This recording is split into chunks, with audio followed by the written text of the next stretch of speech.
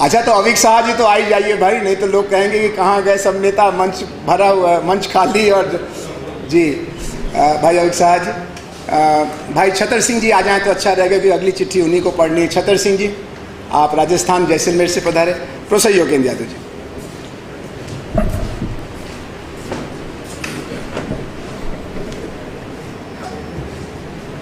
साथियों, ये चिट्ठी जो पढ़ने का दायित्व मुझे मिला है, ये चिट्ठी अक्टूबर के महीने में मुझे मिली थी। हम संवेदना यात्रा पे निकले थे। जैसा आप जानते हैं, 30 सितंबर को इस देश में मानसून की गिनती पूरी हो जाती है और 1 अक्टूबर को पता था कि इस देश में बहुत बड़ा भयानक सूखा शुरू हो चुका है। और 2 अक्टूबर से हम स्वराज अभियान, जय किसान आंदोलन के कई साथी एक यात्रा पे निकले। वो यात्रा शुरू हुई कर्नाटका से। देश के सूखा प्रभावित जो मुख्य इलाके हैं, जिन जिन जिलों में सूखा सबसे ज़्यादा था, उसकी यात्रा हमने 2 अक्टूबर से शुरू की। कर्नाटका के यादगीर जिले से शुरू होते हुए तेलंगाना, फिर हम मराठवाड़ा पहुँचे और 6 अक्टूबर को जब हम मराठवाड़ा थे, लातूर में थे। लातूर तब तक इस तरह से प्रसिद्ध नहीं हुआ था जैसे आज हो गया है। वहाँ हमारी सभा के बाद एक साधारण व्यक्ति आया वहाँ के गांव का, और वो मुझसे कुछ बात करना चाहता था। बहुत लोग घेरे हुए थे। मैंने कहा कि मैं रात को यहाँ रुक ही रहा हूँ गांव में, सुबह सुबह मिल लेंगे। तो वो सुबह आया व्यक्ति और मेरे को एक चिट्ठी दे के चला गया, कुछ बोला नहीं। कहा आप बिजी हैं, ये चिट्ठी पढ़ लीजिएगा। ये चिट्ठी 6 महीने से मेरे पास है और सच कहें तो सुप्रीम कोर्ट में इस केस को ले जाने के पीछे अगर कोई बात रही तो ये चिट्ठी थी। तो बस वो चिट्ठी मैं आपके पढ़ के सुना देता हूँ। इसकी भाषा समझने में आपको कठिनाई होगी, क्योंकि वो मराठी बोलने वाला व्यक्ति है और उसने मेरी सुविधा के लिए हिंदी में चिट्ठी लिखी है। तो इसमें हिंदी भी है, मराठी भी है। और यहाँ पे जो वर्जन आप देख रहे हैं, ये थोड़ा सा इसमें हमने हिंदी की स्पेलिंग मिस्टेक्स ठीक कर दी हैं, पढ़ने में थोड़ी सी सहूलियत हो, लेकिन ओरिजिनल का फ्लेवर ख़त्म नहीं किया है। ओरिजिनल मेरे हाथ में, ये बच्चे की कॉपी से लिया हुआ पेज है जिसके ऊपर चिट्ठी लिखी है। आवेदन पत्र अर्ज। मेरा नाम नंद कुमार कुशालगिरी, राम मतलब रिहाइश सोनवती, तालुका जिला तलातूर।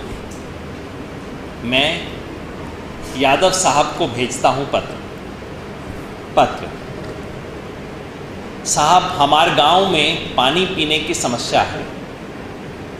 हमारे गांव में जानवर को चारा नहीं, मजूरी करने वाले को काम नहीं है। याद रखिए, चिट्ठी अक्टूबर में लिखी गई है। हमारे मंत्री वगैरह कल बयान दे रहे हैं लोकसभा में इसके बारे में। पिछले 7 महीने से काम नहीं है। 7 महीना लगभग पिछली होली से लेके अब तक का समय बता रहे हैं। हमारे घर को समस्या बहुत विकट है। हमारे गली में पानी की या जानवरों को पीने की समस्या है। तो अपना क्या कहना है।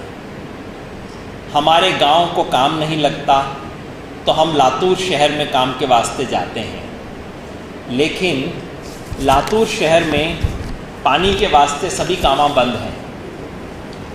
तो लेकिन हमारा घर चलना कैसे आसान है। मैं यादव साहब को विनती पत्र लिखता हूँ। मेरे बच्चे स्कूल को जाते हैं, पेन या बही लिखनी वही नहीं बोलते। यानी कि बच्चों ने अब पेन और कॉपी मांगना भी बंद कर दिया है हमारे से। पहले कहते थे, चिढ़ाते थे, गुस्सा करते थे। अब बच्चों को भी पता लग गया, उन्होंने पेन और कॉपी हमसे मांगना बंद कर दिया है। हमारे को काम हाथ को नहीं तो कैसा पैसा हम उनको देंगे।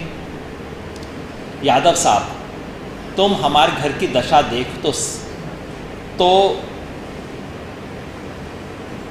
शायद कहने लगे, सच कहने लगे तो बच्चे हमारे को सुबह से शाम तक रोने लगते हैं। साहब, हमारे घर में दोनों के झगड़े, दोनों मतलब मियाँ बीवी के झगड़े हर दिन 2-3 बार होते हैं।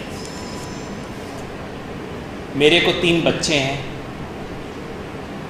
लेकिन उनको राशन या पानी की बहुत बहुत ज़रूरत है। काम के वास्ते लातूर आना जाना 80 रुपये हर रोज़ को लगता है। काम